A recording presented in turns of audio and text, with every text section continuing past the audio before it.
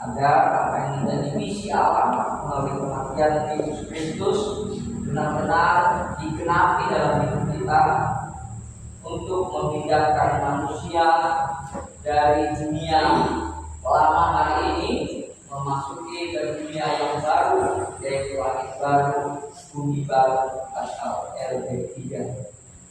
Dalam Roma pasalnya yang ke-12 ayat yang kedua, silakan Bapak Ibu Saudara membacakan bersama-sama ayat ini. Roma pasal 12 ayatnya yang kedua. Demikian firman Tuhan 3:4. Karena itu rubahlah oleh pembaruan budimu, sehingga kamu dapat membedakan manakah kehendak Allah, apa yang baik, yang berkenan kepada Allah, dan yang sempurna. Amin. Paulus menulis ayat ini sangat penting dipahami oleh kita sebagai pembacanya. Sebab dari ayat ini kita menemukan kebenaran firman Tuhan mengenai perubahan atau transformasi. Transformasi adalah proses penting yang harus dialami setiap orang percaya.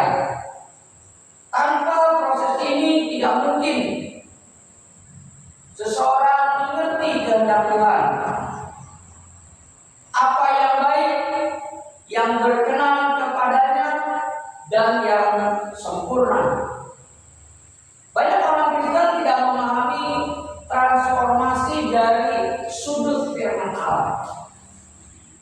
Pengertian transformasi yang tidak berpijak pada kebenaran Alkitab mengakibatkan orang percaya terjerumus kepada keadaan yang buruk, yang menghambat, bahkan menggagalkan pergumulan atau kerinduan dari Tuhan Yesus melalui tidak bertumbuhnya iman yang sejati, yaitu tidak terbangunnya karakter Kristus dalam kehidupan orang percaya. Sejatinya Roh Kudus siap mentransformasi orang percaya untuk menjadi pribadi unggul seperti yang Bapa kehendaki. Tetapi akibat pengertian transformasi yang salah, maka menghambat bahkan menggagalkan karya Roh Kudus dalam proses transformasi. Akibat yang lain, menciptakan ketidaksiapan menghadapi hari esok, dunia yang semakin sukar. Dalam hal ini pengertian transformasi yang salah menyebabkan kerentanan pribadi dalam menghadapi realitas hidup yang semakin luas dan ganas. Untuk memahami kebenaran Alkitab, kebenaran pokok-pokok yang sejati, juga mengenai transformasi, setiap pikiran harus berlandaskan pada kebenaran Alkitab. Dengan demikian ditemukan kebenaran yang orisinal mengenai pokok tersebut. Kata transformasi berasal dari kata dalam bahasa Inggris transformation, yang artinya antara lain berubah secara penuh, biasanya dengan tampil lebih maju, berkembang, atau berguna. Deskripsi ini sama dengan yang didefinisikan dalam Kamus Besar Bahasa Indonesia. Definisi yang lain, transforming, the act or process of transforming somebody something, yaitu suatu proses perubahan pada sesuatu atau seseorang. Penjelasan ini belumlah mewakili pengertian transformasi. Namun demikian, penjelasan tersebut dapat membantu memahami transformasi secara lebih lengkap, sebab definisi transformasi tersebut bersinggungan dengan kebenaran Alkitab. Dalam Alkitab Perjanjian Baru ditemukan ada dua kata yang memiliki pengertian dijajah dengan transformasi, yaitu yang pertama alaso dan metamorfose. Itu dua pengertian yang akan kita jelaskan. Dari dua kata tersebut, pertama alaso, kata ini terdapat dalam beberapa ayat perjanjian baru, yaitu 1 Korintus pasal 15 ayat 51 dan 52. Mari kita buka 1 Korintus 15 ayatnya yang ke-51 sampai dengan ayatnya yang ke-52. Mungkin salah seorang bisa membantu saya untuk membacakannya. 1 Korintus 15 ayat 1 sampai 52. Firman Tuhan, sesungguhnya aku menyatakan kepadamu suatu rahasia, kita tidak akan mati semuanya, tetapi kita semua akan berubah dalam sekejap mata, pada waktu bunyi nafkiri dan terakhir. Sebab nafkiri akan berbunyi dan orang-orang mati akan ditampilkan dalam keadaan yang tidak dapat binasa, dan kita semua akan berubah. Kisah Rasul pasal 6 ayat 14.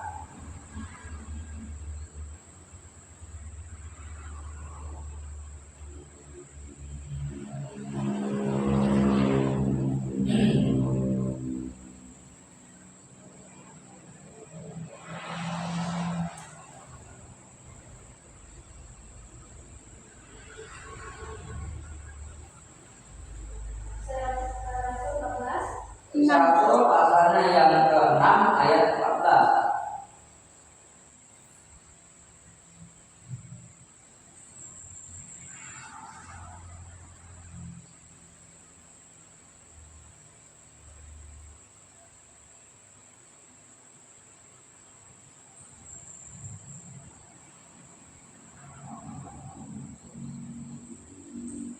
Rasul pasal 6 ayat 14, silakan. Kisah Rasul 6 ayat 14. Beginilah firman Tuhan. Sebab kami telah mendengar dia mengatakan bahwa Yesus orang Nazaret itu akan merubuhkan tempat ini dan mengubah adat istiadat yang diwariskan oleh Musa kepada kita. Ya, kata yang digunakan dalam dua bacaan tadi, alaso dalam bahasa Yunani-nya, yang artinya mengubah atau membuat berbeda, change or to make difference. Kata alaso menunjukkan perubahan fisik, yaitu ketika Tuhan Yesus datang atau parousia bersama dengan orang kudusnya di akhir zaman, mereka yang masih hidup diubah. Jadi ketika Tuhan Yesus datang yang kedua kali nanti, yang mati diubah, yang hidup diubah. Jadi kedatangan Tuhan Yesus yang kedua, kata diubah itu menggunakan kata alaso. Mereka yang masih hidup diubah atau ditransform dalam sekejap. Di sini kata alaso berarti dalam bahasa Inggris diterjemahkan transfer, yang ditulis dalam Filipi pasal 3 ayatnya yang ke-21. Mari kita lihat apa yang dikatakan di sana.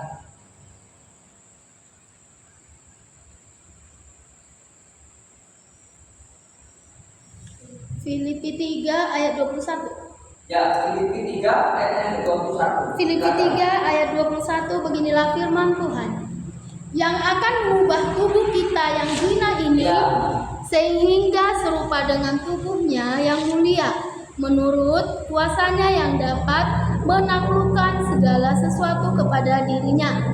Ya, jadi kedatangan Tuhan Yesus itu mengubah tubuh fisik ini dari tubuh panah yang bisa mati, yang bisa binasa, menjadi tubuh kemuliaan.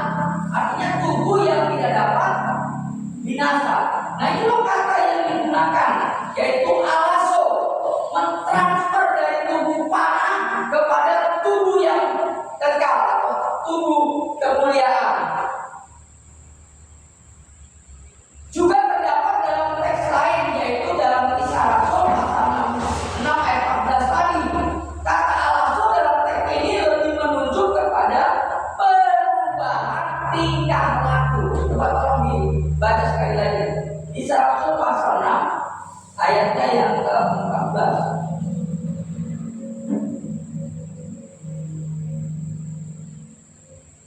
Kisah Rasul 6 ayat 14. Beginilah firman Tuhan.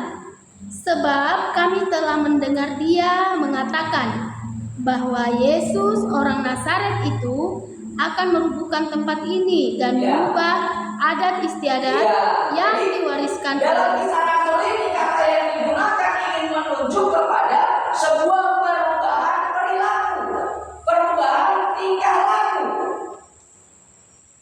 Jadi itu kata yang pertama tadi alaso ya. Jadi kata alaso itu memiliki pengertian adanya sebuah perubahan secara fisik. Ketika Tuhan Yesus datang yang kedua kali, maka tubuh yang fisik ini akan diubah dari tubuh yang panah kepada tubuh yang kekal, tubuh yang mulia. Kemudian pengertian alaso juga yang digunakan dalam kisah Rasul pasal 6 itu berbeda. Jadi kata alaso yang digunakan itu mengandung pengertian perubahan secara perilaku atau tingkah laku. Nah, kemudian kita akan lihat kata yang kedua dalam bahasa Yunani menggunakan metamorphose atau metamorpho, yaitu yang terdapat dalam Roma pasal 12 ayat 2 tadi yang sudah kita baca. Ada bahasa Inggris yang diterjemahkan perubahan. Perubahan yang dimaksud adalah pembaharuan akal budi atau perubahan pikiran.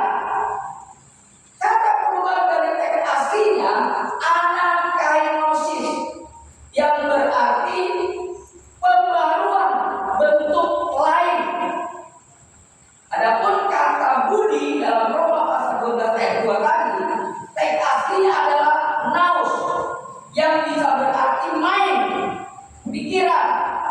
Kata metamorphose terdapat juga dalam 2 Korintus 3 ayat 18. Mari kita lihat 2 Korintus 3 ayatnya yang ke-18.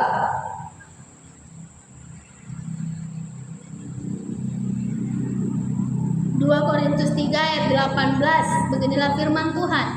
Dan kita semua mencerminkan kemuliaan Tuhan dengan muka yang tidak berselubung. Dan karena kemuliaan itu datangnya dari Tuhan yang adalah Roh, maka kita diubah menjadi serupa dengan gambarnya dalam kemuliaan yang semakin besar.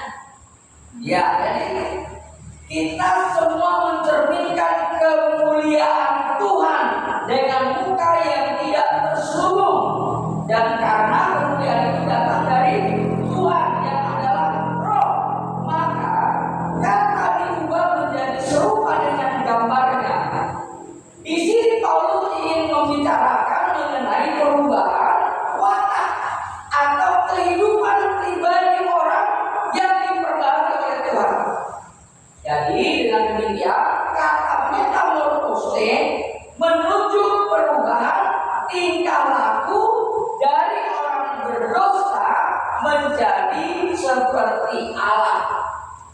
Perubahan tersebut bukan saja mengubah seseorang menjadi baik, tetapi memancarkan kemuliaan Tuhan yang sempurna. Nah, dari penjelasan tersebut dapat digambarkan bahwa transformasi dalam hidup orang percaya adalah perubahan pola berpikir, proses yang berkesinambungan dan hasil kerja keras. Sebab tidak mudah untuk mengubah perilaku yang salah kepada perilaku yang benar. Itu tidak mudah, prosesnya panjang. Jadi perubahan dari orang berdosa, orang yang berkarakter dosa menjadi seperti Allah itu memang tidak mudah. Bukan dilakukan dalam proses yang singkat, proses yang instan, enggak. Itu prosesnya panjang. Bapak Ibu Saudara, Transformasi pikiran atau perubahan pola berpikir mengakibatkan perubahan arah hidup. Saya ulangi.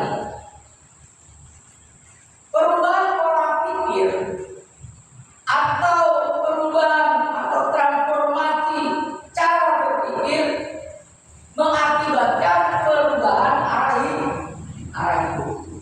Jadi arah hidup orang itu ditentukan oleh cara berpikir. Ini lebih dari perubahan moral. Perubahan ini menyangkut seluruh filosofi hidupnya. Ini berarti juga perubahan sikap hati atau sikap batin dan seluruh gaya hidup. Perubahan pola pikir ini sejajar dengan pertobatan.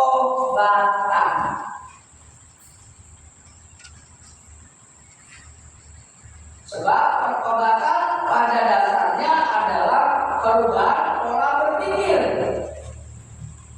Dalam Alkitab ada dua kata yang digunakan untuk kata bertobat. Yang pertama dalam bahasa Ibrani itu shut, yang artinya berbalik arah. Dari arah depan lalu berbalik arah ke belakang. Itu shut. Kenapa perjanjian lama menggunakan kata shut? Karena memang perjanjian lama menekankan perubahan moral dari jahat menjadi baik. Itu perjanjian lama. Banyak orang berkata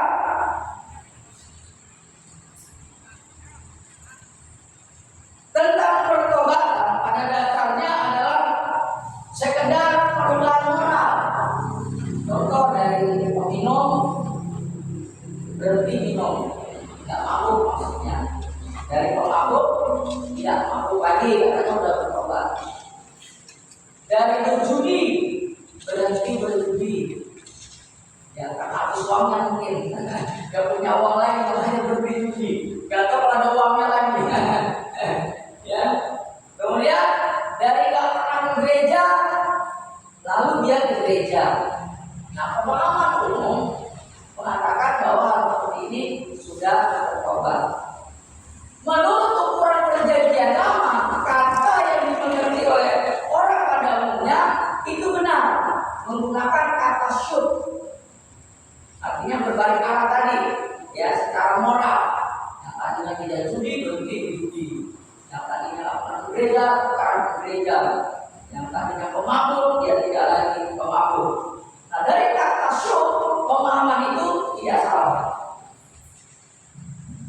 Sebab pertobatan pada dasarnya adalah perubahan pola berpikir.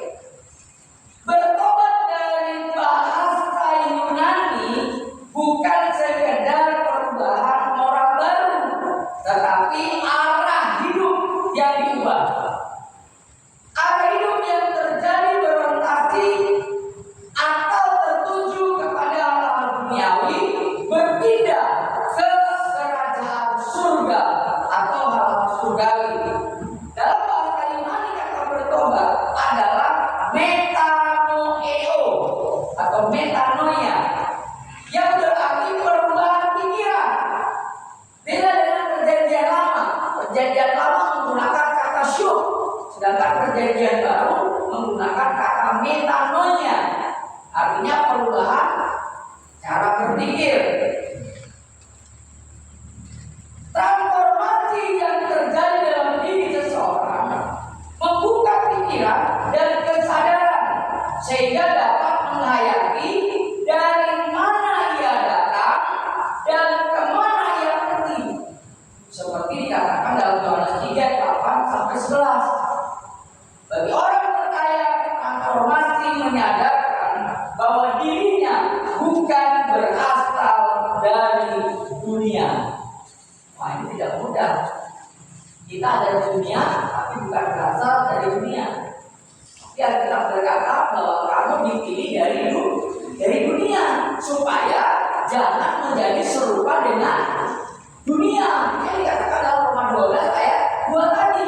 Hendaklah kamu berubah oleh cara berpikirnya. Apa yang harus diubah?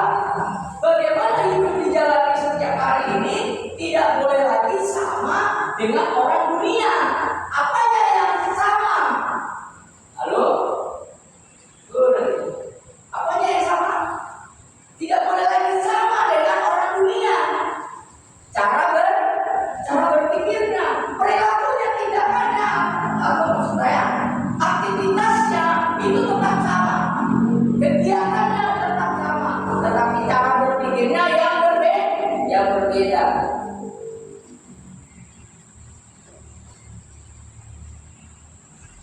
Transformasi adalah perubahan yang berlangsung secara terus-menerus atau berkesinambungan, bukan sebuah momentum atau peristiwa yang terjadi dalam sekejap. Banyak orang berkata, kita menonton transformasi. Padahal pengertian transformasi menuju kepada sebuah proses perubahan yang bertahap, berlangsung secara terus-menerus. Proses transformasi dapat digambarkan seperti sebuah garis panjang, bukan sebuah titik. Transformasi bukan sebuah momentum, tetapi sebuah proses yang terus berlangsung dalam hidup orang percaya. Transformasi sampai pada kesempurnaan seperti Bapa atau serupa dengan Yesus hanya terjadi dalam kehidupan orang percaya. Sebab orang percaya memiliki fasilitas keselamatan, yaitu Roh Kudus, Injil, penggarapan melalui segala peristiwa kehidupan, seperti yang dikatakan dalam Roma pasal yang ke-12 ayatnya yang ke-28. Transformasi adalah sebuah proses perubahan perilaku seseorang dan komunitas. Saya ulangi, transformasi adalah perubahan perilaku seseorang dan komunitasnya. Hal ini terjadi dari hasil kerja keras orang percaya dalam memberitakan Injil dengan mengajarkan kebenaran.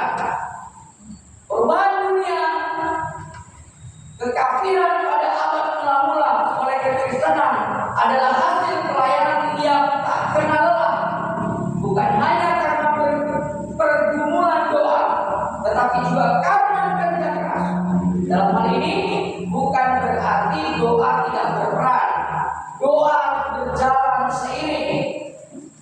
Dalam sejarah dunia, maksud saya dalam sejarah, dapat dijumpai bahwa setiap perubahan hampir selalu melalui mekanisme proses hasil perjuangan individu-individu, bukan sesuatu yang instan atau mendadak. Suatu bangsa tidak akan bertobat dan mengalami pembaruan kalau hanya didoakan, tetapi juga harus digarami oleh orang percaya yang bekerja keras memberi sepenuh hidupnya bagi Tuhan. Proses transformasi adalah proses pembaruan pikiran dalam hidup orang percaya, sehingga mereka mengerti kehendak Allah, apa yang baik, yang berkenan kepada Allah, dan yang sempurna. Mengapa Tuhan menghendaki agar orang percaya terus-menerus mengalami proses pembaruan pikiran? Dalam hal ini dapat dimengerti betapa pentingnya pembaruan pikiran. Tidak dapat dibantah bahwa pikiran seseorang sangat berperan dalam kehidupan. Pikiranlah yang menciptakan atau menetapkan standar hidup, dan seseorang terus bergerak sepanjang waktu untuk mencapai standar hidup tersebut. Pada umumnya, manusia ingin mencapai apa yang juga dicapai oleh manusia di sekitarnya. Firman Tuhan berkata, janganlah kamu serupa dengan dunia ini. Dalam terjemahan lain, King James Version mengatakan, Alkitab mengingatkan bahwa orang percaya tidak boleh menyamakan dirinya dengan standar hidup anak dunia. Dalam terjemahan lain juga dikonfirmasi bahwa mengubah pola berpikir seseorang bukan sesuatu yang mudah, tetapi sangat sulit, membutuhkan waktu kerja keras. Tuhan tidak menolak dalam sekejap pola berpikir seseorang, sehingga dapat memiliki pola pikir yang baru. Pembaruan pikiran di sini sama artinya dengan pembaruan pengertian atau understanding yang terjadi secara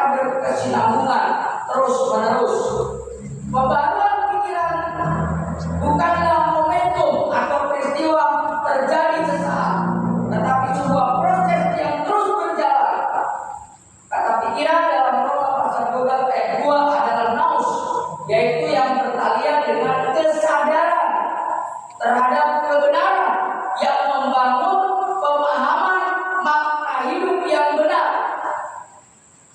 Transformasi adalah pembaruan pikiran yang membuka kesadaran. Saya ulangi, transformasi adalah pembaruan pikiran yang membuka kesadaran, memberi pengertian dan melahirkan persepsi-persepsi ilahi. Sebenarnya pada dasarnya transformasi adalah perubahan pikiran atau mindset.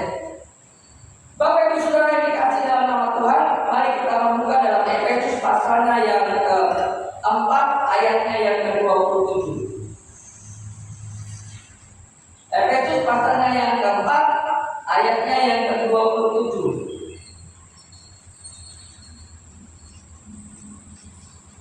Efesus 4 ayat 27. Beginilah firman Tuhan, dan janganlah beri kesempatan kepada iblis. Dan janganlah beri kesempatan kepada iblis. Dalam teks aslinya itu menggunakan kata topon, tempat berpijak atau landasan. Jadi kalau pesawat mau terbang itu harus ada landasannya, baik mau take up maupun take down mau turun itu juga sama, harus ada landasannya. Tapi begini, Bapak Ibu Saudara. Dari ayat ini mengatakan bahwa proses yang akan kita jalani ketika kita percaya dan menerima Yesus Kristus sebagai Tuhan dan Juru Selamat, di mana kita akan dipindahkan dari dunia lama yang sedang kita jalani hari ini, kita akan dibawa kepada dunia yang baru, langit baru, bumi baru. Waktu proses yang panjang itu setiap orang memiliki limit, batas. Kalau ibarat kuota, itu masing-masing kuotanya tidak sama. Kuota yang saudara miliki dengan kuota yang saya miliki, kuotanya berbeda. Masalahnya, karena kuotanya itu tidak sama, dan kita tidak tahu kapan habis kuota itu. Pernah menggunakan kuota? Pernah nggak tiba-tiba lagi pakai habis? Pernah ya? Kebanyakan yuk, lagi pakai dia lagi pakai kasihkan dia.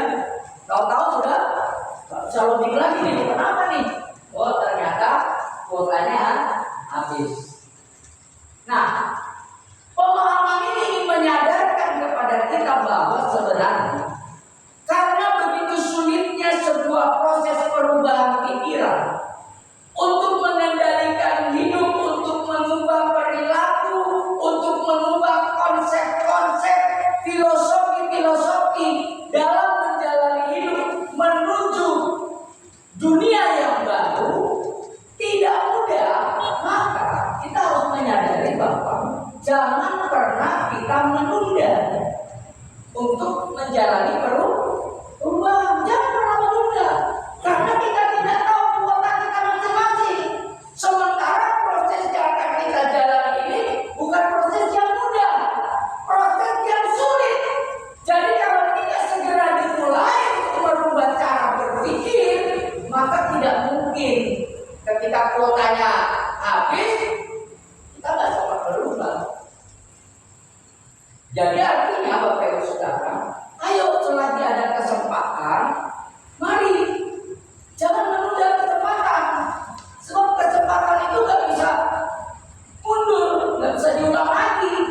Halo, kalau sudah lewat ya lewat, sudah nggak bisa balik lagi. Sementara keadaan yang semakin hari, ini bukan keadaan semakin enak. Kalau Alkitab sudah menulis ya, Alkitab menulis apa? Keadaan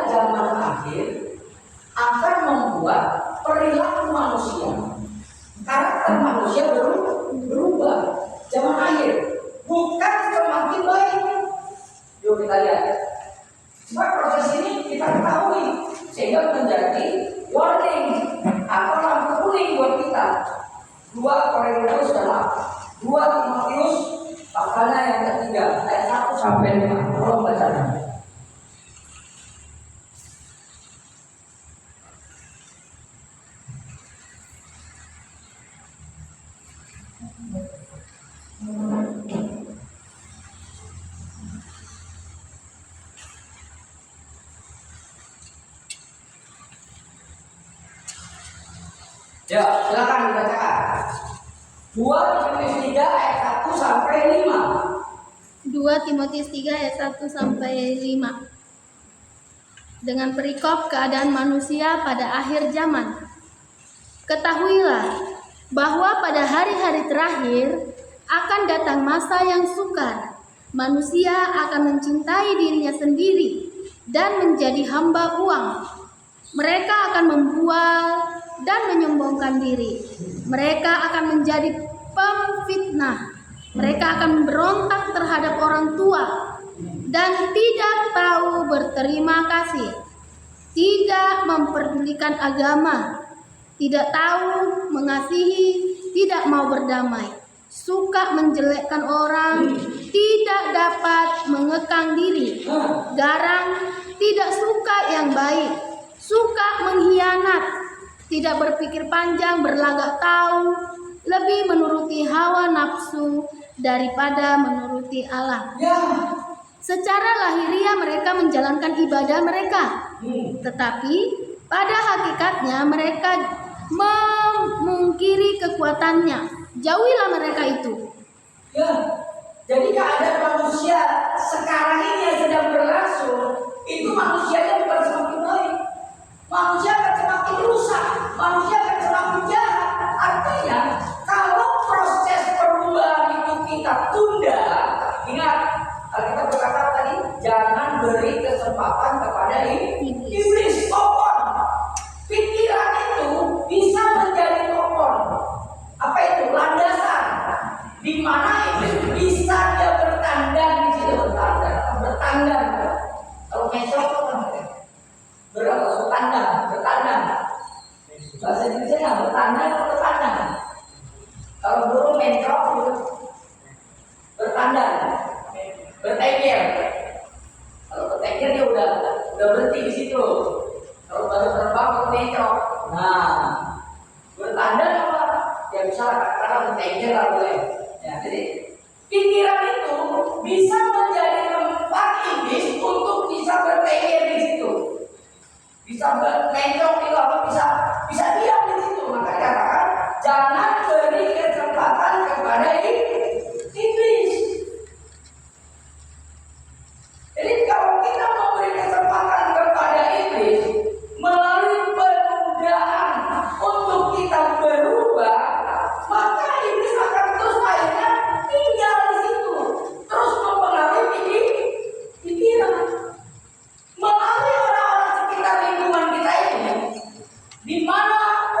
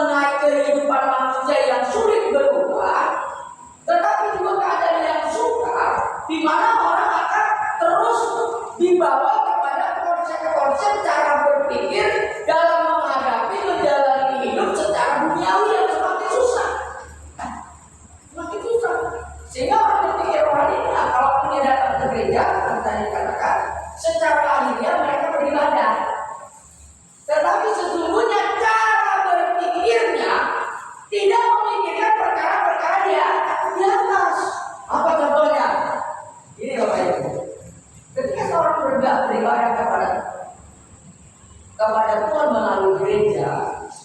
Yang ada dalam pikirannya, kalau dia dalam keadaan susah, maka harapannya ketika dia datang kepada Tuhan, dia memperoleh jawaban dari kesusahan hidupnya.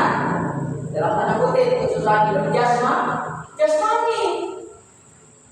Bukan kesusahan hidup secara jiwa, yang bagaimana kita juga mengalami kesulitan untuk berubah. Kan beda, sama-sama yang kesusahan. Cara berpikir dunia dia susah secara jasmani. Kalau dia sakit minta sembuh, ya bukan salah minta sembuh. Tapi kalau begini terus, gitu. Harusnya yang sakit itu bukan hanya jasmaninya, yang sakit itu juga tubuh batinianya. Di mana kita mengalami kesulitan dalam perubahan cara berpikir.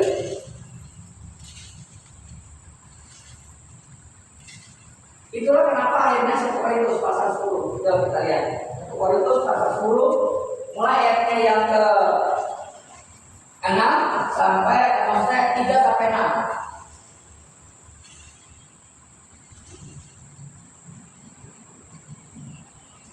1 Korintus pasalnya yang ke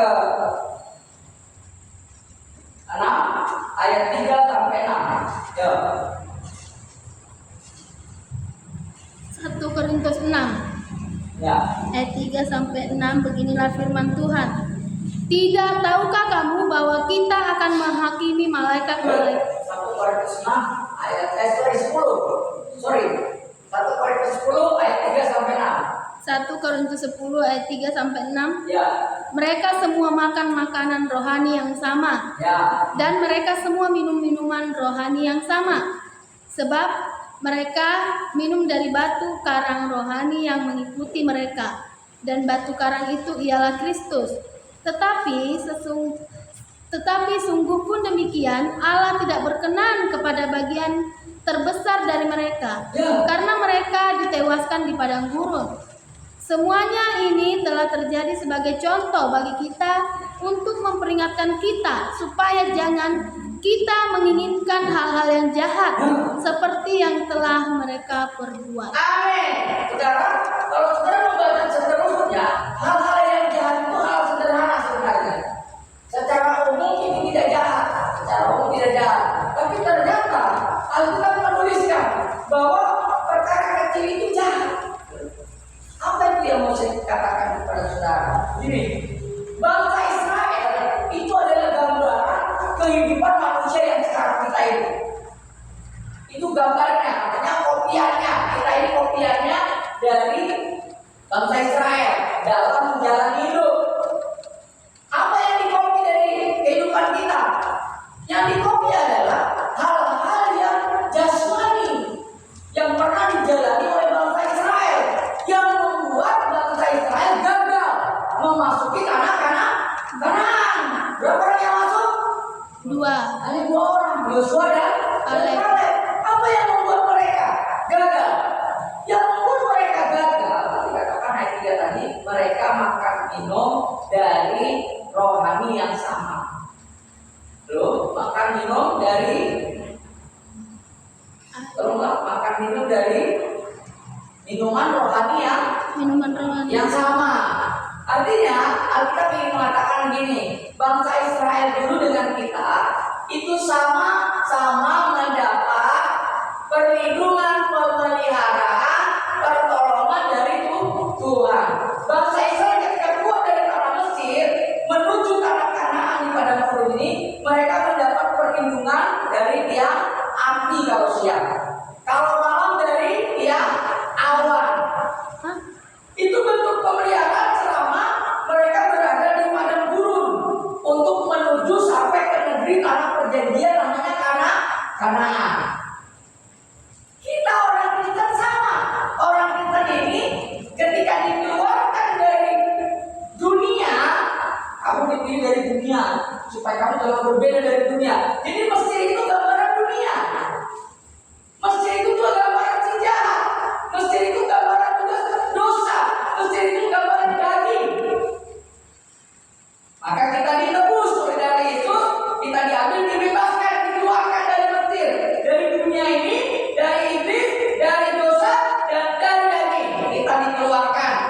supaya ketika kita menerima Yesus, perjalanan kita menuju ke Kanaan surgawi.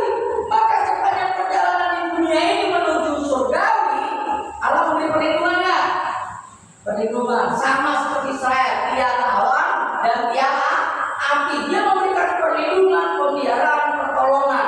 Maka kita berkata, janganlah kamu khawatir apa yang kau makan, minum, pakai, dan seterusnya. Ada yang lain lagi. Perlindungan dari kuasa jahat, perlindungan dari orang jahat. Pokoknya dilindungi. Di padang gurun kan bangsa Israel juga gitu. Di padang gurun itu banyak binatang buas, banyak binatang-binatang yang bisa membunuh mereka. Tapi kan dalam perlindungan Tuhan harusnya, halo, tidak usah khawatir. Termasuk makan minum, harusnya tidak boleh khawatir. Itulah yang menyebabkan bangsa Israel tidak masuk ke Kanaan. Karena bangsa Israel ketika menghadapi persoalan hidup yang menurut saya tadi kecil, apa kecil itu?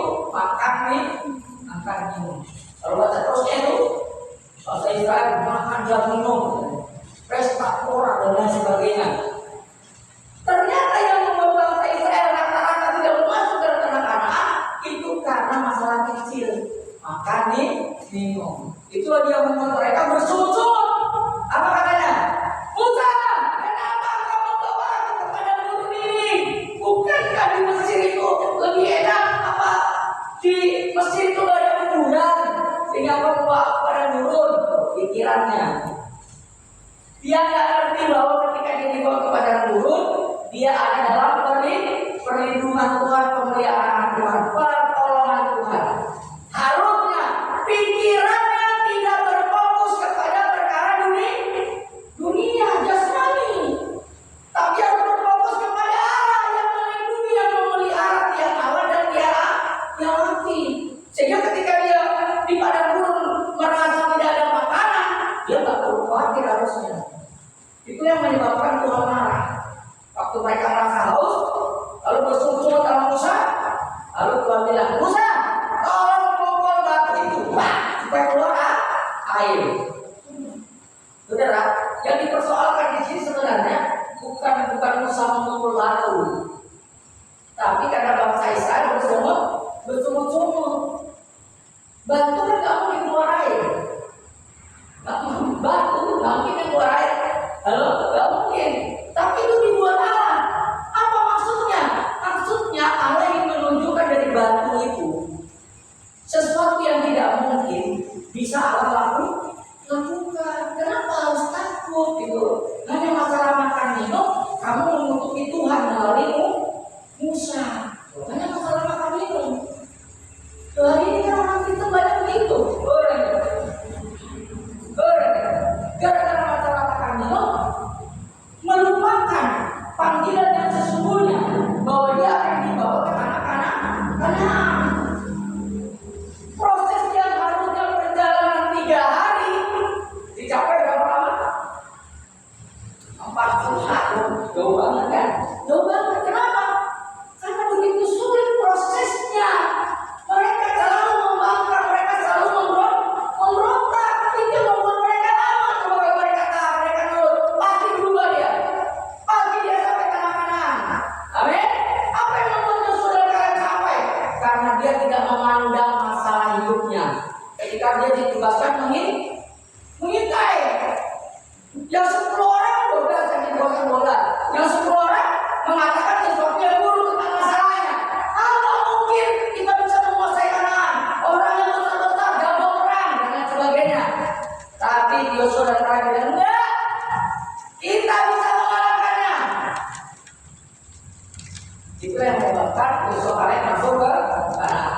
Sedangkan yang lainnya binasa. Kita juga begitu sama. Kalau kita masih cara berpikirnya masih duniawi, percayalah, saudara dan saya tidak akan masuk ke tanah Kanaan surgawi. Nggak akan. Sebab Allah memanggil dan memilih kita supaya dengan cara berpikir yang berfokus kepada kerajaan Allah. Dikatakan dalam Kolose pasalnya yang ketiga ayatnya yang kedua, jika kamu dibangkitkan bersama dengan Kristus, pikirkanlah perkara yang dia tetap memandang Tuhan, fokusnya cuma Tuhan, nggak ada yang lain. Tuhan, satu-satunya Tuhan. Gairah hidup kita hanya Tuhan, kebahagiaan kita hanya Tuhan, tujuan hidup kita hanya Tuhan, nggak ada yang lain. Itulah kenapa dikatakan perubahan pikiran tidak mudah. Jadi kalau kita masih terus pola pikir kita tidak boleh diarahkan kepada keabadian, semakin tahun akan semakin sulit. Karena keadaan ini akan menekan kita terus. Kalau sudah keadaan menekan seperti di luar sana, di luar Indonesia, atau di Indonesia yang mengalami banyak bencana, itu nggak sempat lagi memikirkan perubahan keabadian. Yang ada pikiran bagaimana dia bisa makan, bagaimana dia bisa hidup, bagaimana dia mendapatkan tempat tinggal, bagaimana dia bisa senang tinggal di tempat di mana dia mengungsi. Itu yang dipikirkan, tapi itu berubah. Nggak mungkin lagi, udah susah. Nah kita yang masih enak, masih nyaman ini, ayo mulai. Yang arahkan pikiran kita, cuma tidak mudah. Kalau kita dimulai, nggak mungkin bisa. Perubahan pikiran itu seperti garis panjang, bukan sebuah titik. Jadi kalau tidak melangkah, kita nggak bisa berubah. Harus melangkah. Karena yang bisa mengubah perjalanan hidup kita ini adalah pola pikir. Kalau pola pikirnya berubah, pasti perilakunya, tingkah lakunya berubah. Pasti. Loh, saya sendiri aja mulai terus belajar. Bagaimana hidup saya juga terus berubah. Yang tidak mudah memang tidak mudah. Untuk mengubah marah saja bermarah ini, itu sudah tidak mudah. Belum lagi item-item yang lain. Belum lagi memikirkan pekerjaan Tuhan, kehendak Allah yang baik, yang sempurna. Masih jauh. Makanya kita harus terus berjuang, terus bekerja keras supaya akhirnya perubahan moral kita sudah oke. Kalau dimulai lagi dengan perubahan cara pandang kita dalam menjalani itu. Bapak Ibu Saudara yang dikasih dalam nama Tuhan, transformasi pikiran pasti akan menyebabkan arah hidup kita juga berubah. Kita tidak lagi diarahkan hidup kita ini kepada dunia ini, tapi dunia yang akan datang. Itulah kenapa kita mengatakan saudara dan saya adalah pendatang, perantau dari. Kalau pendatang, kalau perantau, dia bekerja, dia mencari nafkah. Apakah dia untuk tinggal di sini di tempat perantauan? Enggak, pasti dia untuk di kampung halamannya sana untuk bisa kembali. Makanya juga merantau. Kalau orang Jawa tuh kan, orang Batak yang merantau, kalau bisa tinggal di sini, jarang ya, sampai pulang jarang. Kalau orang Jawa, dia cari nafkah di sini, nafkahnya di taruh di Jawa di sana. Dia bangun rumah, dia pokoknya untuk di rumah sana, di Jawa sana, pulang lah, sudah mulai kehidupannya berubah. Kita juga begitu. Kita seperti perantau, pendatang. Kita nggak pernah mikir tinggal di sini. Rumah kita bukan di sini, tetapi di keabadian. Itulah kenapa Tuhan Yesus berkata, di rumah Bapakku banyak tempat tinggal. Jangan kamu gelisah khawatir tentang hidupmu di bumi ini. Mungkin gak punya rumah, mungkin harus kontrak, mungkin harus tinggal di satu tempat bukan tempatnya sendiri. Nggak masalah. Karena memang tempat kita bukan di sini, bisa nanti mungkin kita hidup kita di sini susah menderita, nggak masalah. Karena di sana kita punya kebahagiaan abadi. Karena di dunia ini memang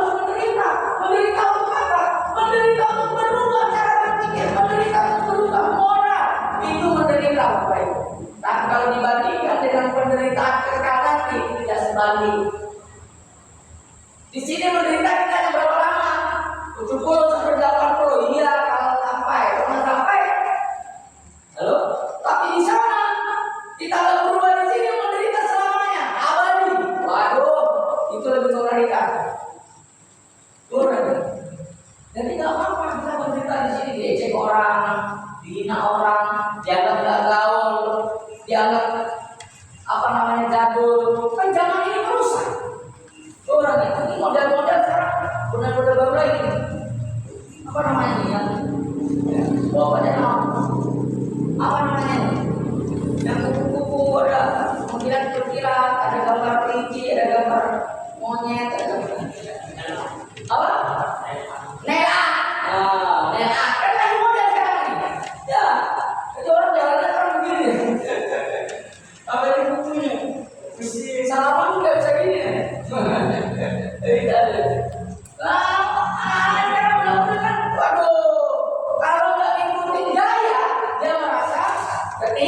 Ketinggalan. Akhirnya gara-gara ingin gaya rusak, jadi rusak.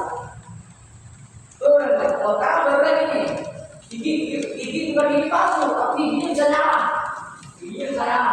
Ada lampu-lampunya. Jadi kalau diketahui lampu nyala. Sekarang lagi lucu dulu. Anak muda dua, orang tua dulu. Giginya nyala-nyala, jadi kalau lampu nyala. Macam-macam. Nah orang kan mengikuti perkembangan zaman inilah, itu yang bikin rusak, Akhirnya orang lupa dengan cara berpikir keabadian. Orang sekarang yang berubah gara-gara handphone yang ada ini, kalau udah TikTok, semangat tuh, bisa gitu deh, gitu terus. Halo, ya kalau dia lupa ya main game. Orang dia tidak game tidak jago, ketinggalan. Orang bikin konten kita nggak bikin konten, dibilang ketinggalan juga. Akhirnya ikut juga mau. Bikin konten harian aja nggak bakalan capek. Coba tanya kita cuma 1 jam, belum ngantuk dia. Orang kan jadi rusak. Kelihatannya sepele, tapi merusak. Orang yang nggak bisa berdoa, orang yang nggak bisa baca Alkitab, orang yang nggak bisa merenungkan firman, mana bisa? Yang direnungkan bagaimana tonton besoknya, apa yang mau bikin? Halo, orang ya nggak bisa. Bagaimana gaya hari ini? Kayaknya ketinggalan nggak saya ini? Model-model tas, model-model baju, makan-makan sekarang. Mobil aja sekarang ini nggak ada yang murni polos dari dealer. Rata-rata udah dimodif semua, digambar, ditempel-tempel macam-macam. Jadi kalau nggak ditempel-tempel, mobilnya jadi nggak keren. Dan ikut nempel-nempel juga, macam-macam lagi. Aduh, Bapak Ibu Saudara, itulah yang dikatakan dalam Alkitab. Masa zaman akhir akan semakin sulit. Bukan hanya sulit masalah ekonomi, akibat perang, akibat bencana alam, akibat banjir bandang dan lain sebagainya. Tetapi juga sulit untuk kita mengalami perubahan cara berpikir. Nah, selagi kita belum mengalami kesulitan untuk berubah, ayo jangan tunda, karena perubahan itu prosesnya panjang. Ayo kita terus berubah, alami pembaruan pikiran. Bagaimana caranya? Ya nanti kita akan sama-sama belajar. Tapi yang utama di sini adalah yang mau saya sampaikan. Iblis bisa bercokol dalam pikiran kita kalau kita terus tidak mau berubah. Jangan beri kesempatan kepada iblis artinya. Ayo mulai melangkah untuk mengalami perubahan cara berpikir. Sebagai contoh kasus seperti yang diungkap oleh Tuhan Yesus dalam Matius pasalnya 16. Yuk kita lihat sebagai ayat yang terakhir. Contoh kasus Matius pasalnya 16.